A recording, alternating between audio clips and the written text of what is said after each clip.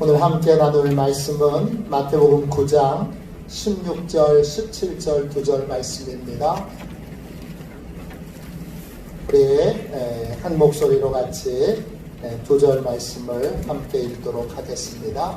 우리 같이 한 목소리로 읽겠습니다. 읽습니다. 생배 조각을 낡은 옷에 붙이는 자가 없나니 이는 비운 것이 그 옷을 당기어 헤어짐이 더하게 됨이요 새 포도주를 낡은 가죽 부대에 넣지 아니하나니 그렇게 하면 부대가 터져 포도주도 쏟아지고 부대도 버리게 됨이라. 새 포도주는 새 부대에 넣어야 둘 다 보존되느니라. 아멘. 할렐루야. 자, 이제 다 절 보세요. 지난주부터 코로나 시대를 우리가 살고 있는데 코로나 이후에 세상은 어떻게 바뀔 것인가에 대하여 함께 말씀을 나누고 있습니다. 저는 코로나 전문가도 아니고 또 미래학자도 아닙니다. 그러나 우리 성도들이 많이 불안해하기도 하고 또 포스트 코로나 이후에 변화된 세상에 대해서 좀 알아야 될 부분도 있고 그래서 같이 말씀을 준비하여 나누게 되었습니다. 오늘 여러 좀 낯선 용어들을 여러분들한테 소개해 드릴 텐데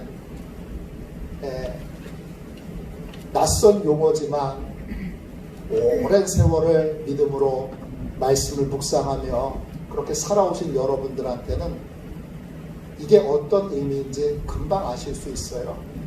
그래서 그 낯선 용어들을 소개하는 이유는 이 용어들을 텔레비전의 전문가들이 와서 늘 얘기해요. 근데 이게 무슨 뜻인가 아주 쉬운 말이기도 하고 제가 알아들을 수 있으면 여러분 다 알아들을 수 있는 말인데 의미를 조금 더 쉽게 설명하면 다 알아들을 수 있는 것이기 때문에 그런 것들을 좀 함께 설명하려고 합니다. 우리는 지금 한 번도 경험해보지 못한 코로나 시대를 살고 있습니다. 확실한 건 코로나 바이러스는 언젠가 종식됩니다. 끝납니다. 그러면 이전의 삶으로, 옛날의 삶으로 다시 돌아갈 수 있을까요? 임승규 외에 여러 저자들이 쓴 책 포스트 코로나 우리는 무엇을 준비할 것인가에 보면 코로나19 이후의 세계를 이렇게 전망하고 있습니다. 코로나19는 우리가 그동안 너무나 당연시 여겨왔던 삶의 양태를 근본적으로 바꾸는 티핑 포인트가 될 것이다. 그동안 변화에 대한 본질적인 거부감으로 유지되어 왔던 20세기의 사회 문법이 순식간에 흩어지게 될 것이다 했습니다. 쉽게 말하면 코로나 바이러스가 종식되더라도 이전의 삶으로 돌아갈 수 없다는 것입니다. 그래서 나온 말이 포스트 코로나입니다. 코로나 이후의 세계가 이전에 우리가 살았던 삶과 똑같다면 포스트 코로나라는 용어는 사용하지 않았을 겁니다. 포스트 코로나 아시다시피 포스트는 코로나 이후, 그래서 코로나 이후의 세계에 대해서 이야기하는데 이 용어는 우리가 코로나 이후의 세계가 우리가 예상하고 생각하고 기대했던 것보다 훨씬 엄청난 변화를 가져올 것이기 때문에 이 용어를 사용하고 있습니다. 많은 분들이 코로나19가 티핑 포인트가 될 것이다 그렇게 얘기합니다. 티핑 포인트라고 하는 말은 유명한 작가인 말콤 글래드웰이라고 하는 분이 티핑 포인트라는 책을 썼어요. 그러면서 사람들에게 널리 알려졌는데 다이너마이트에 불을 붙이잖아요. 그러면 씩 하고 들어가다가 어느 시점에 뻥 터지잖아요. 그 뻥 터지는 시간이 티핑 포인트예요. 즉 변화의 조짐이 조금씩 있다가 한꺼번에 순식간에 모든 게 변화되는 그 변화의 포인트가 티핑 포인트예요. 물이 잔잔하게 뜨거워지다가 어느 시점에 펄펄펄 끓어오르는 그것이 바로 티핑 포인트예요. 바이러스 자체가, 코로나 바이러스 자체가 세상을 변화시키는 게 아닙니다. 포스트 코로나라고 하는 건 이미 잔잔하게 변화의 조짐이 있어 왔는데, 정치, 경제, 사회, 문화로 그것이 코로나 바이러스로 인하여 이게 세상의 변화가 확 앞당겨져서 큰 폭발로 변화가 일어나게 된다는 것입니다. 그때는요, 이전과 다른 삶의 기준을 가지고 살게 됩니다. 그래서 코로나 이후의 세계를 뭐라고 말하느냐? 뉴 노멀이라고 말합니다.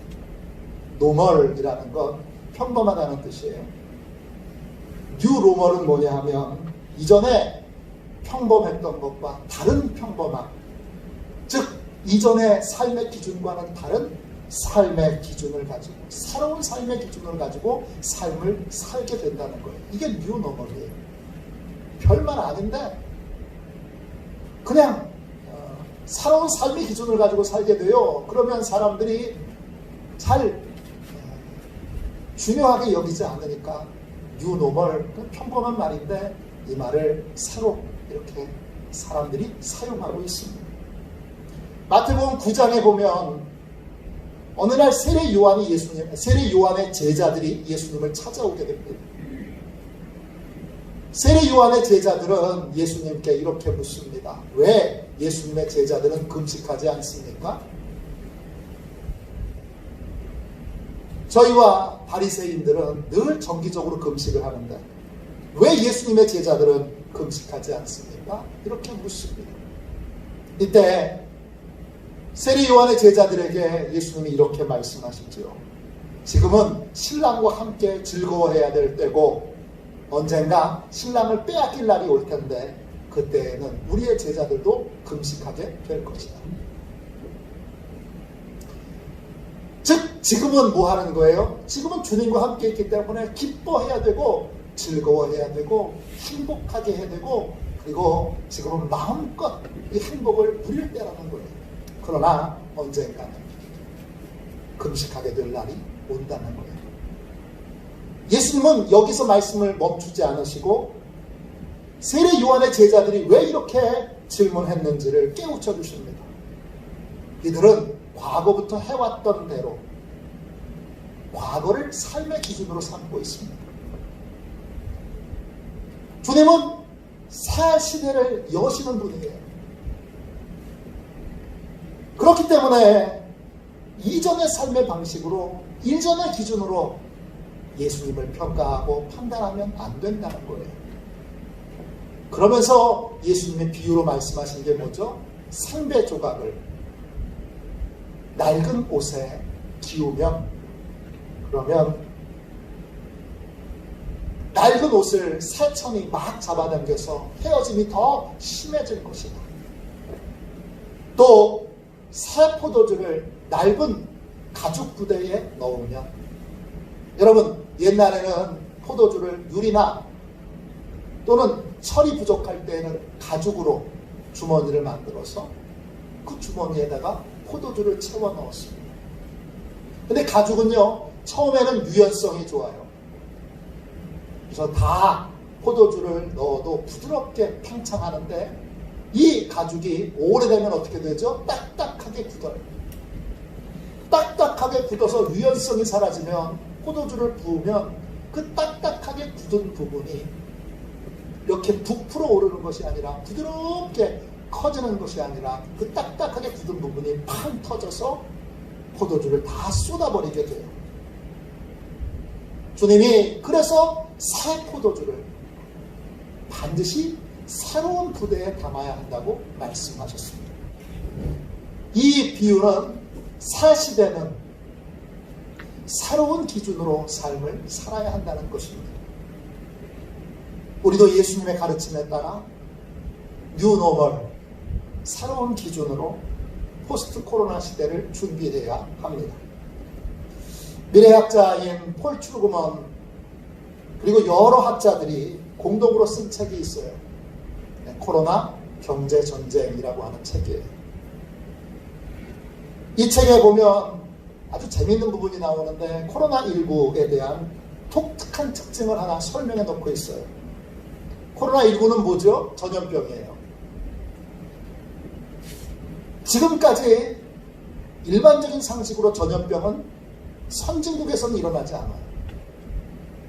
후진국이나 개발도상국에서 전염병은 발생해요. 그런데 코로나19는 독특해요.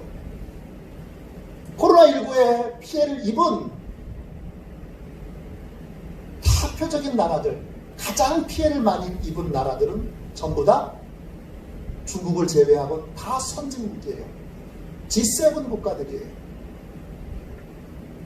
G7 국가 중에서 캐나다를 제외하고 여러분 미국, 일본, 독일, 영국, 프랑스, 이탈리아 코로나19의 최대 피해국들이에요. 중국을 포함하면 여러분 중국은 뭐예요? 전 세계 최고의 생산 국가예요. 이들 중국과 G7을 포함하면 전 세계 GDP의 여러분 60%를 이 G7 국가와 중국이 차지하고 있어요. 제조업의 65%를 차지하고 있고 수출품의 41%가 이 나라들에서 만들어져요. 이런 농담이 있어요. 이 G7 국가가 재채기하면 다른 나라들은 감기에 걸린다. 이런 말이 있어요. 코로나19로 세계 경제를 주도하던 선진국 중에 선진국이 있던 나라들이 여러분 경제 활동이 멈췄어요. 그 결과 세계 경제가 멈췄어요. 세계 경제가 멈추고 마비되는 초유의 사태가 벌어지고 있는 거예요. 코로나19로 선진국에서 활발하게 움직이던 공장들이 문을 닫았어요. 도시가 봉쇄됐죠. 많은 사람들이 격리됐어요. 그리고 비대면 언컨택트라고 요즘은 또 그렇게 용어를 쓰는데 비대면 사회가 돼서 다 지금도 우리 마스크 쓰고 있어요. 마스크를 안 쓰면 뭔가 예의 없는 것 같고 마스크를 써야 서로 만나서 안전하게 대화를 나눌 수 있을 것 같은 그런 시대를 살고 있어요. 이런 상황 속에서 여러분 놀라운 변화가 조용히 일어나고 있어요. 보이세요? 미래학자인 제이 생커라고 하는 분이 코로나 이후의 세계라고 하는 책을 썼어요. 지금 코로나에 관한 책 가운데 가장 많이 팔린 책이에요. 이 책에서 제가 제일 감동을 받고 공감했던 건 뭐냐 하면 코로나19를 대응하는 과정에서 인공지능, 로봇, 자동화에 대한 수요가 크게 급증하고 있다는 거예요. 코로나19를 겪으면서 보다 안정적이고 효율적인 노동력을 확보한다는 이유로 인공지능과 로봇으로 인간의 노동력을 대신하는 일들이 빠른 속도로 이루어지고 있습니다. 코로나가 없었으면 여러분 우리가 저항했을 거예요. 우리가 데모했을 거예요.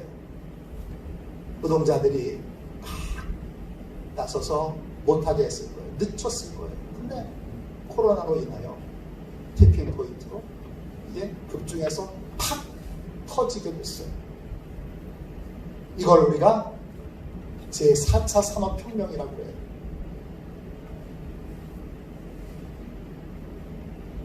(2017년부터) 급증해서 이 제4차 산업혁명이라고 하는 말과 함께 여러 내용들이 나왔어요. 제가 목회교육 세미나를 1년에 한 번 꼭 하는데 그 해의 목회교육 세미나의 주제가 제4차 산업혁명이었어요.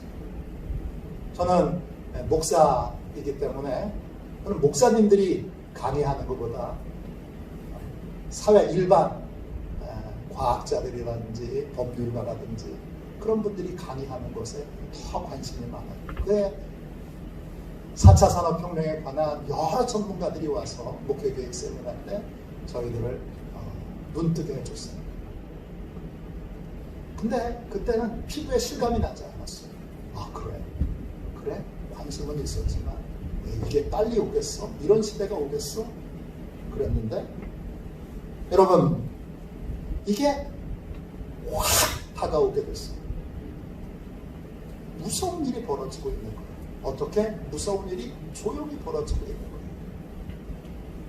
이런 변화에 여러분, 이런 4차 산업혁명이 일어나는데 지금까지 1차, 2차, 3차 산업혁명과 4차 산업혁명은 크게 다른 점이 있어요. 제일 큰 다른 점은 뭘까요? 1차, 2차, 3차는요. 산업혁명이 일어나면서 일자리들이 많아졌어요. 산업혁명이 일어나서 일자리가 많아졌어요. 근데 4차 산업혁명은 무슨 차이가 있느냐? 4차 산업혁명은요. 혁명이 폭발하게 되면서 인간들의 일자리가 여러분 사라지게 됩니다. 이게 제일 큰 걱정이에요. 많은 사람들이 직장을 잃게 된다는 거예요. 2017년도 서울대학교 공과대학교 여러분 이 프린트물의 내용들이 조금씩 주제별로 있으니까 보시면서 보세요. 서울대학교 공과대학교 윤기훈 교수팀이 미래사회 보고서라는 책을 썼어요. 이 책은 이런 질문으로 시작해요. 미래 도시에서 시민들이 어떻게 살 것인가? 인공지능으로, 로봇으로 인간의 노동력이 대처되는 새로운 사회에서 인간은 어떻게 살 것인가? 이런 질문으로 시작해요. 그 질문에 대한 예상 대답은 충격적이에요. 2090년도 미래 도시에 사는 99.997%의 사람들은 프레카리아트가 된다는 거예요. 또 여기 새로운 단어가 나오죠. 프레카리아트. 이 신조어예요. 이태리 말인 프레카리오라고 하는 말은 불안정하다 이런 뜻이에요. 그리고 독일 말인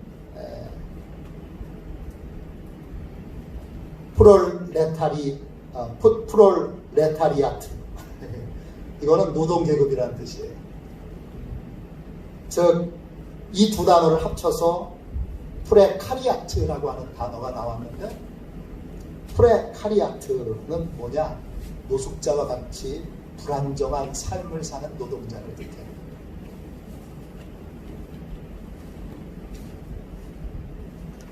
불안전한 노동자.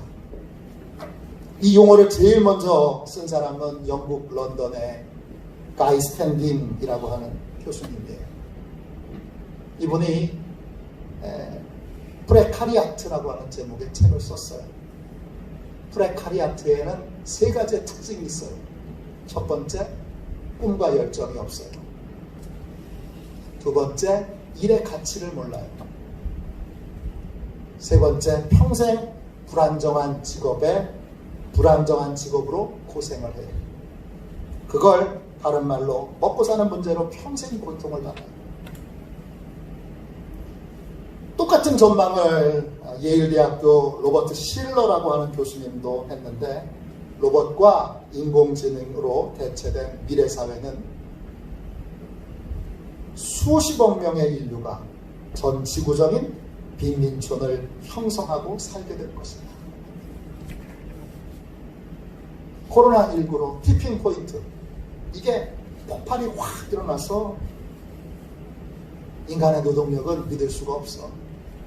인간은 전염병에 약해. 비대면이어야 돼. 또 인간의 노동력으로 쓰면 공장도 폐쇄해야 되고 언제 또 바이러스가 전파될지도 몰라. 그러한 핑계로 인공지능과 로봇을 대신하는 속도가 이전보다 훨씬 빨라졌다는 거예요. 인공지능과 로봇으로 대체되는 산업이 대폭발을 이루고 있다는 거예요. 어떤 분은 이렇게 말할지 몰라요. 아유, 2090년이면 70년 후네요. 그땐 저는 없어요. 저하고는 크게 상관이 없네요. 이렇게 말하시는 분이 계실지 몰라요. 정말 그렇게 생각하세요? 여러분, 아주 오래전부터 우리 사회에 우리가 잘 모르는 상태에서 인간의 노동력은 이미 인공지능과 로봇에 의해서 대체되고 있습니다. 자, 제가 퀴즈를 하나 낼게요. 전 세계에서 인간을 대신해서 로봇이 일하는 비율, 로봇이 인간을 대신해서 일하는 비율이 세계에서 가장 높은 나라가 어딜까요? 알아맞혀 보세요. 어느 나라가 인간의 노동력 대신에 로봇이 일하는 비율이 가장 높을까요? 어느 나라 같으세요? 일본? 미국? 또요? 네? 대한민국. 강화?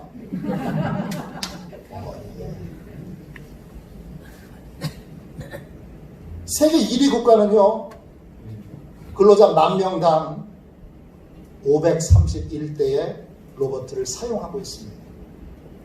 세계 평균은 69대예요. 무려 462대나 많은 로봇을 사용하고 있는 나라가 있어요. 어느 나라일까요? 일본일까요? 미국일까요? 영국일까요? 프랑스일까요?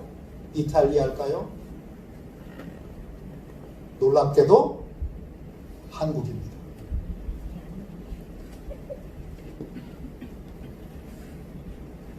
여러분 한번 보세요. 제가 뉴욕에 갔을 때 하이패스가 한국에 들어오기 전이었는데 우리 선배 목사님이 차를 탁 몰고 가면서 하이패스 자랑을 한참 했어요. 6개월 만에 한국에 들어오더라고요. 여러분, 하이패스가 생긴 이후로 여러분 고속도로에 통행료를 징수하는 분들의 그 숫자가 현저히 줄었습니다. 마트에 가면 이제는 자기가 스스로 계산하는 셀프 계산대가 따로 있어요. 그거 다 뭐죠? 그거 다 인공지능과 로봇의 자동화의 아주 그 약한 모습이에요.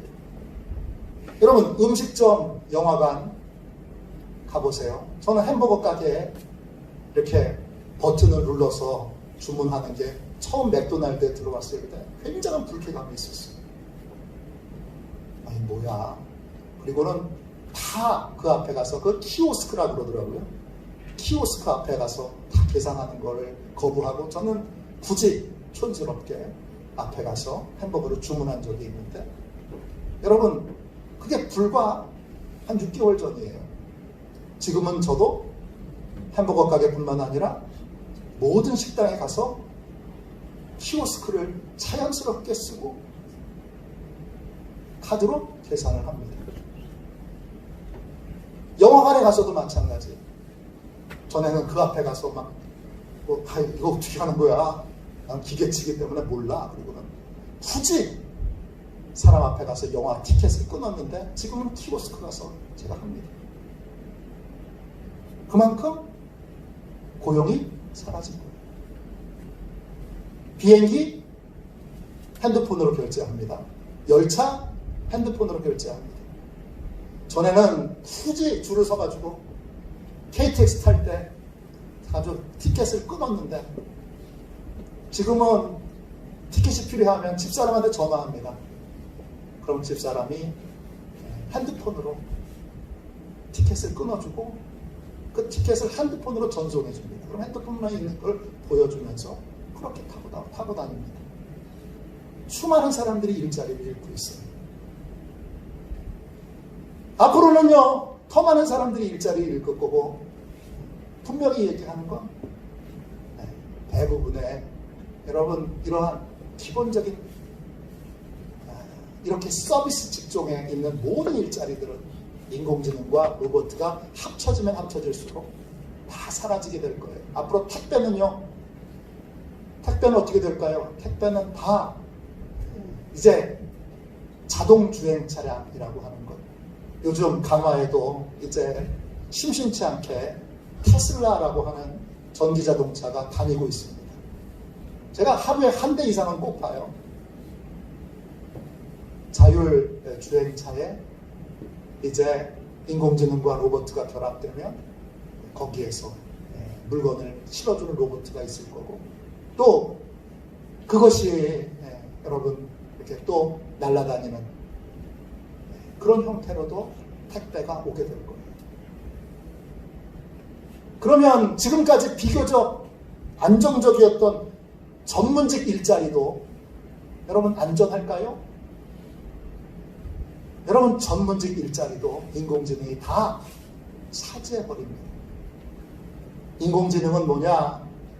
스스로 학습하고 판단하고 추론하고 또 스스로 데이터를 해서 가장 좋은 방향을 찾아낼 수 있는 그러한 능력을 갖추고 있는 컴퓨터 프로그램이에요.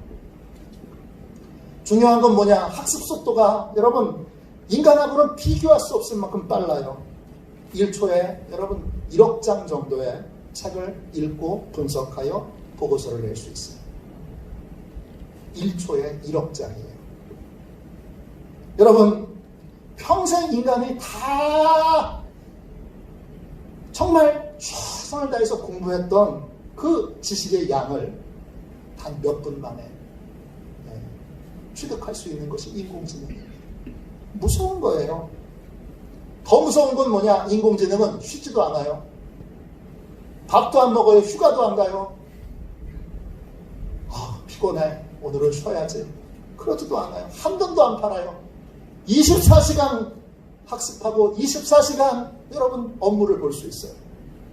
인공지능에게 인간이 따라갈 수 있는 길은 없어요. 여러분 인공지능이 제일 먼저 주목을 받았던 건 1997년도 5월 11일 딥블루라고 하는 인공지능이 체스 세계 챔피언이었던 가리 카스파로프라고 하는 분, 저기 지금 고개를 숙이고 있는 그분이에요. 가리 카스파로프라고 하는 세계 챔피언인 체스 선수와 체스 대결을 벌였어요. 어떻게 됐을까요? 인공지능이 승리했습니다. 사람들이 충격을 받았습니다. 그 충격받은 사람 중에 빌 게이츠도 있습니다. 빌 게이츠는 그 이후로 미국 대학을 다니면서 이렇게 강연합니다. 인류의 미래는 인공지능이 될 것이다. 내가 대학생이라면 다른 무엇보다 나는 인공지능에 내 전부를 걸겠다. 그렇게 강연을 하고 다녔어요. 우리나라에서는요, 2016년도 3월 9일부터 15일까지 잘 아시죠? 알파고, 인공지능 알파고가 이세돌 구단하고 바둑 대결을 해서 승리했습니다. 이세돌이 한 판을 이겼어요. 우리는 그때 너무 실망했어요. 야, 한 판밖에 못 이겼나 그랬는데 나중에 보니까 한 판 이긴 것도 엄청난 일이에요. 기적 중에 기적이에요. 그 이후로 전 세계의 유명한 바둑 선수들하고 다 뒀는데 아무도 못 이겼어요. 인공지능이 인간의 고유의 영역이라고 생각했던 것들을 얼마든지 넘어설 수 있고 또 그것을 초월하여 정말 강력한 능력을 발휘할 수 있다는 걸 보여준 충격적인 사건이에요. 그 이후에 인공지능은 어떻게 됐을까요? 인공지능은 얼마나 발달했을까요? IBM에서 만든 인공지능이 있습니다. 왓슨이라고 하는 인공지능이에요. 이 왓슨이 여러분 열심히 의학 공부를 해서 미국 메모리얼 슬론 캐터링 암센터의 레지던트 의사로 취업했습니다. 인간의 암 진단은요, 정확도가 대략 전체적으로 해서 80%예요. 폐암은 이 정확하게 진단하는 정확도가 훨씬 떨어져서 인간은 50%밖에 안 돼요. 인공지능 의사인 왓슨은요, 얼마나 될까요? 왓슨은 방광암은 91%, 췌장암은 94%, 대장암은 98%, 자궁경부암은 100%, 50%밖에 안 되는, 인간이 그 검진을 했을 때 정확도가 50%밖에 안 되는 폐암은요, 왓슨은 90%예요. 이건 미국 얘기죠. 2016년도에 인천의 가천대학교 길병원에서, 길병원에 다니신 분 꽤 있죠? 길병원에서 인공지능 의사 왓슨을 도입했습니다. 도입한 다음에 어떻게 됐을까요? 이전에는 길병원에서 암 진단을 받으면 수술은 어디로 가서 해요? 네, 서울의 5대 병원 가서 하죠. 어딘지 말씀 안 드려도 되겠죠? 수술은 다 거기서 가서 했어요. 왓슨이 도입된 이후에는요, 5대 병원에 수술을, 암 진단을 받은 환자들이 수술을 받기 위해 길병원으로 오고 있습니다. 길병원에서 이런 설문조사를 했어요. 인간 의사와 인공지능 의사가 서로 다른 처방을 내린다면 누구의 처방을 따를 것인가? 여러분은 어떨 것 같으세요? 설문조사에 100명의 암 환자가 참여했는데, 여러분 놀랍게도 100명 다 인공지능 의사의 처방을 따르겠다, 이렇게 대답을 했어요. 왜냐? 이 암 환자들은 정보를 다 찾아보잖아요. 이 왓슨이 미국 암센터에서 일할 때 1000명의 환자 기록을 다 살펴보고 인간 의사가 놓친 암 치료법을 300명의 환자들에게 제시해서 고친 기록이 있어요. 그걸 이 암 환자들이 다 알고 있기 때문에 주저없이 나는 인공지능 의사의 처방을 따르겠다, 그렇게 선택을 한 거예요. 이제 인공지능 의사들이요, 그냥 외과 뿐만 아니라 정신과까지 모든 영역에서 활발하게 활동할 날이 얼마 남지 않았어요. 그러면 그때에는요, 최고, 여러분 공부 잘하는 애들이 어디 가요? 의과대학 가잖아요. 그 최고 공부 잘하는 의과대학교 졸업한 의사들이 다 직장을 잃어버리게 됩니다. 간호사도요, 로봇 간호사가 대신할 거예요. 이제 병원에서 사람이 할 일은 딱 하나밖에 없어요. 뭐냐? 불안해하는 환자들의 마음을 진정시키고 위로하고, 또 퇴원할 때 사회에 잘 갈 수 있도록, 그렇게 사회에 잘 돌아갈 수 있도록 도와주는 그러한 역할, 간호사의 아주 일부의 역할들을 인간이 할 뿐이에요. 인공지능 약사도 이미 등장했습니다. 미국의 5대 대학병원에, 여러분 제 조제실에는 인간 약사가 없습니다. 한 명도. 모두 인공지능 약사가 약을 제조하고 있습니다. 인공지능 판사도 등장했습니다. 미국 셰펄드 대학교, 런던 대학교, 그리고 미국의 펜실베니아 대학교에서 인공지능 판사를 개발했어요. 아주 초보적인 수준인데 정확도는 79%나 돼요. 우리나라 대법원은요, 그럼 우리나라는 어떻게 할 거냐? 우리나라는 여러분 2020년도 올해 개인 회생과 또 파산 신청에 관한 재판에 대하여 인공지능 판사를 도입하기로 결정했습니다. 이제 대부분의 인간 판사들도 직장을 잃게 될 겁니다. IBM에서 만든 인공지능 가운데 또 로스라고 하는 인공지능이 있어요. 변호사 공부를 했어요. 그래가지고 미국 뉴욕의 로펌 가운데 100년 전통을 가진 그러한 베이커 앤드 호스테틀러라고 하는 그런 100년이 넘는 로펌에 취직했어요. 이 인공지능 변호사인 로스는요, 뉴욕의 최고의 변호사들이 며칠 동안 협력해서 처리해야 되는 업무를 단 몇 초 만에 처리를 해버립니다. 인간 변호사들도 곧 직장을 잃을 거예요. 세계적인 금융회사인 JP 모건 체이스라고 하는 회사가 있어요. 이 회사는 사내에 사내 법무팀이 있어요. 거기에 인간 변호사들이 1년에 약 12,000건의 계약 업무를 체결합니다. 여기에 드는 시간은 36만 시간이에요. 근데 최근에 JP 모건 체이스에서 인공지능 변호사를 자체로 개발했어요. 인공지능 변호사에게 12,000건의 계약 업무를 맡겼더니 시간이 얼마나 걸렸을까요? 여러분, 단 몇 초 만에 인간 변호사들 여러 명이, 그것도 최고의 변호사들이, 최고 똑똑한 사람들이 36만 시간 동안 걸려서 해결했던 일들을 단 몇 초 만에 일을 다 처리해버렸어요.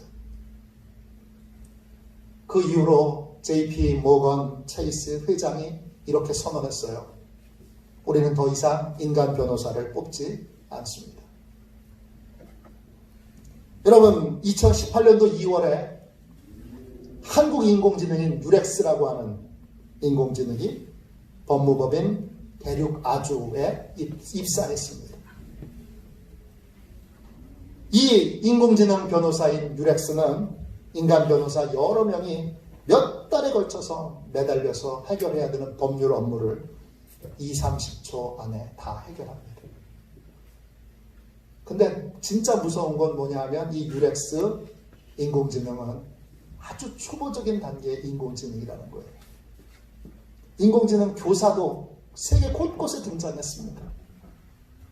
선생님들도 곧 일자리를 잃게 됩니다.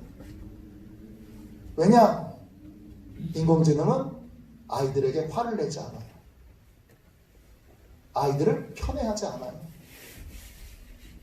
아이들이 모르면 똑같은 내용을 화 안 내고 수십 번, 수백 번 친절하게 가르쳐줘요. 인공지능 금융 전문가도 있습니다. 인공지능 켄쇼는 2013년도에 골드만삭스에 입사를 합니다. 이 켄쇼는 24시간 천재적인 수준으로 집중해서 일만 합니다. 퇴근도 안 해요. 잠도 안 자요. 휴가도 안 가요. 고객에게 불친절하지도 않아요. 동료 사이가 나쁘지도 않아요. 상사에게 불평하지도 않습니다. 인공지능 켄쇼는 정말 기도와 또 묵상에 전념하는 수도사처럼 정직하게 일만 합니다. 월스트리트에서 연봉 가장 많이 받는 그러한 금융 전문가 600명이 한 달 동안 걸려서 처리했어야 되는 일들을 켄쇼가 3시간 20분 만에 혼자서 해결합니다. 이후 여러분 600명 가운데 2명을 남기고 598명 해고됩니다. 2명이 남는데 이 2명은 뭐 할까요? 인공지능 켄쇼 업무를 보조하는 역할을 합니다. 지금 현재 월스트리트는 인간이 하는 업무에 여러분 90%를 다 인공지능이 하고 있습니다. 2015년도 골드만삭스 회장이 이렇게 선언했습니다. 우리는 더 이상 금융 투자 기업이 아닙니다. 우리는 인공지능 기업입니다.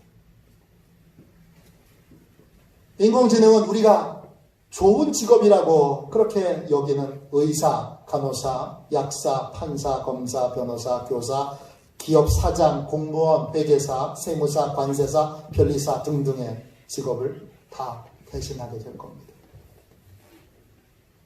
코로나로 인하여 눈에 보이지 않지만 코로나의 이러한 위험을 핑계 삼아서 이 엄청난 일이 조용히 신속하게 이루어지고 있습니다. 우리 진단 키트 신속하게 만들어서 미국에도 수출하고 유럽에도 수출하는 우리나라의 자랑거리인 이 코로나 진단 키트 누가 만들었죠? 인공지능이 만들었습니다.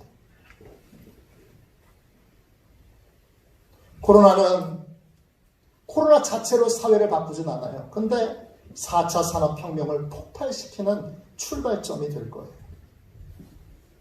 포스트 코로나 시대는 많은 분들이 인공지능과 로봇에게 일자리를 빼앗기게 됩니다. 로봇과 인공지능은 여러분 인간은 상대도 안 되는 지식과 경험과 성실성과 정직성을 가지고 있어요. 그러면 도대체 여러분 인공지능과 로봇에게 일자리를 빼앗기는 미래에 대하여 우리는 뭘 준비해야 되죠? 어떻게 준비해야 되죠? 여기에 교회의 역할이 중요해요. 여기에 복음의 역할이 중요해요. 4차 산업혁명 저희 목회교육 세미나에 와서 강의를 할 때에도 제일 많은 질문이 그거였어요. 목사들의 질문은 그거예요. 그 대량 실업 사태를 어떻게 해결할 거냐. 아니 성도들이 직장을 잃는다는데 어떻게 할 거예요? 교회 존폐 위기가 달려 있으니까 다 질문이 그거였어요. 우리만 그런 것이 아니라 과학자들과 또 정치인들의 고민도 다 거기에 있어요. 그래서 활발하게 논의되었던 것이 뭐냐 하면 이제 직장에 일자리를 잃게 되면 정부에서 국가에서 이 인공지능으로부터 얻어들인 수익을 세금을 많이 매겨서 사람들에게 생활비를 지원해주는 방식을 택하는 거예요. 그때는 아유 저게 말이 되나 그랬어요. 근데 여러분 코로나 시대에 우리가 정부에서 평생 처음으로 재난지원금이라는 걸 받아봤어요. 정부에서 전 국민에게 돈을 나눠준 것 처음이에요. 많은 미래학자들과 과학자들이 국민에게 일정 부분의 생활비를 공급해주는 그래서 보편적인 기본소득에 대한 논의들을 하고 있는 것이 여러분 바로 이러한 배경에서 나와 있는 거예요. 이 일이 잘 이루어지려면 여러분 우리 나라 전체 시스템이 투명하게 바뀌어야 돼요. 투명하게 시스템이 바뀌도록 하기 위하여 여러분 교회와 성도들의 기도가 필요해요. 보편적인 복지가 이루어지려면 인공지능과 로봇으로 돈을 버는 기업인들이 많은 헌신을 해야 돼요. 또 그것을 운영하고 전달하는 정부도 모든 것을 투명하게 해야 돼요. 또 받는 쪽에서 그것을 공급받는 쪽에서도 수고한 이들의 수고와 헌신에 대해서 깊이 감사할 줄 알아야 돼요. 모두의 노력이 필요한 거예요. 주는 쪽에서도 노력이 필요하고 받는 쪽에서도 노력이 필요해요. 베푸는 쪽에서는 여러분 일의 목적이 달라져야 돼요. 돈 벌기 위해서 일하는 것이 아니라 돈 벌기 위해서 일하는 이기적인 생각으로 움직이게 되면 어떻게 되느냐? 그러면 아까 서울대학교 교수가 그 연구팀이 얘기한 대로 그렇게 지옥을 경험하게 될 거예요. 한쪽은 안 주려고 하고, 그리고 다른 쪽은 어떻게든 더 뺏으려고 하고, 그리고 안 주려고 하는 쪽은 불평하고, 또 더 받으려고 하는 쪽은 욕하고, 그렇게 될 거예요. 분배하는 쪽에서도 투명해야 되고, 그래서 불씨를 낳지 않도록 해야 돼요. 받는 쪽에서 감사해야 돼요. 두 번째, 여러분, 이게 더 중요한데, 교회가 일하는 목적, 지금까지는 모아서 뭘 하기 위해서 일한 거예요? 먹고 살기 위해서 일했어요. 근데 먹고 살고 하는 일들에 대하여 우리보다 훨씬 능력이 뛰어난 인공지능과 로봇가 일을 다 해주고 있어요. 교회가 성도들이 일의 목적, 새로운 목적으로 일을 하는 것을 이제 훈련하고 가르쳐야 돼요. 또 본을 보여야 돼요. 먹고 살기 위해 일하는 것이 아니라 사랑을 위해서, 사명을 위해서 일하는 걸 세상에 보여줘야 돼요. 공급을 받는 쪽도 받기만 해서는 안 되고, 사랑으로 여러분 봉사하고 또 사명으로 희생하는 것을 다른 곳에서 해야 돼요. 인공지능과 로봇가 아무리 뛰어나도 인간보다 훨씬 더 많은 능력을 가지고 있고 훨씬 더 성실하고 훨씬 더 정직해도 절대 인간을 뛰어넘을 수 없는 한 가지가 있어요. 이거를 인간이 지켜내야 돼요. 그건 사랑으로 봉사하고 희생하는 거예요. 인간의 디그니티, 인간의 존엄성을 지킬 수 있어야 인공지능에게 지배당하지 않고 인공지능이 시키는 대로 노예처럼 일하는 삶을 살지 않게 돼요. 그 디그니티를 지키려면, 그 존엄성을 지키려면 이익을 위해서 일하는 것이 아니라 돕기 위해 일하고, 사명을 위해서 일하고, 또 사랑을 위해서 일해야 돼요. 그래야 여러분 미래를 지옥이 아닌 여러분 축복의 삶으로 바꿀 수 있어요. 사도 바울이 이렇게 권면하죠. 여러분 고린도전서 15장 58절이에요. 그러므로 내 사랑하는 형제들아, 현실하며 흔들리지 말고 항상 주의 일에 더욱 힘쓰는 자들이 되라. 이는 너희 수고가 주 안에서 헛되지 않은 줄을 알미라. 주의 일에 더욱 힘쓰는 자가 되어야 돼요. 주님이 하라고 하시는 일들을 해야 돼요. 사명으로 일해야 돼요. 돈 벌기 위해서 일하는 게 아니라 하나님의 뜻을 이루기 위해서 일해야 돼요. 일의 목적을 바꿔야 돼요. 그래야 우리의 존엄성을 지켜낼 수 있고, 그래야 인공지능에게, 로봇들에게 지배당하지 않게 돼요. 사랑으로, 여러분 사랑으로 살아가는, 사랑으로 행하는 삶을 살아야 돼요. 고린도전서 16장 14절에 너희 모든 일을 사랑으로 행하라 했습니다. 이기심과 욕심으로 서로 다투고 서로 분열하면 모든 인간은 인공지능과 그 다음에 로봇에게 지배당할 수밖에 없어요. 그 능력을 따라갈 수 없어요. 그럼 기다리고 있는 건 지옥이에요. 전 인류가 다 뭐가 되는 거예요? 다 여러분 노숙자가 되는 거예요. 차빈민이 되는 거예요.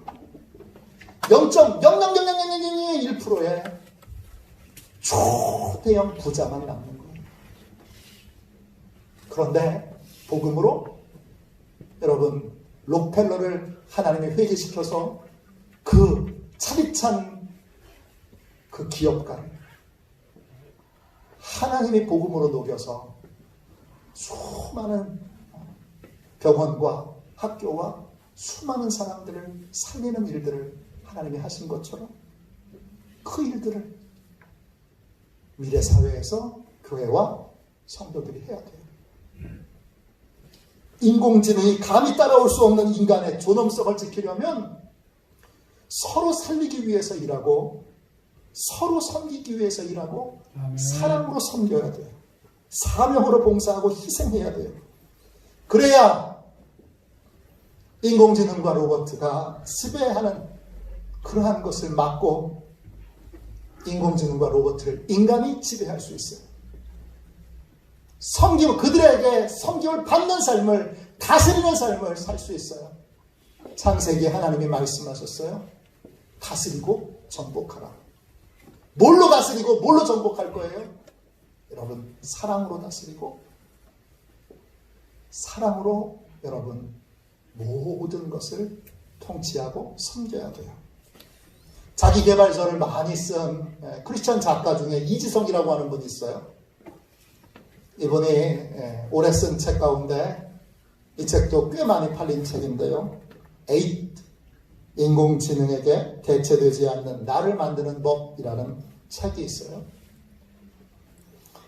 이 책에 보면 이런 얘기가 나와요. 이지성 작가가 전 세계 인공지능 전문가를 찾아다니면서 인터뷰한 어떤 분과 커피숍에서 만났어요. 그 인터뷰한 분은 기독교인은 아니에요.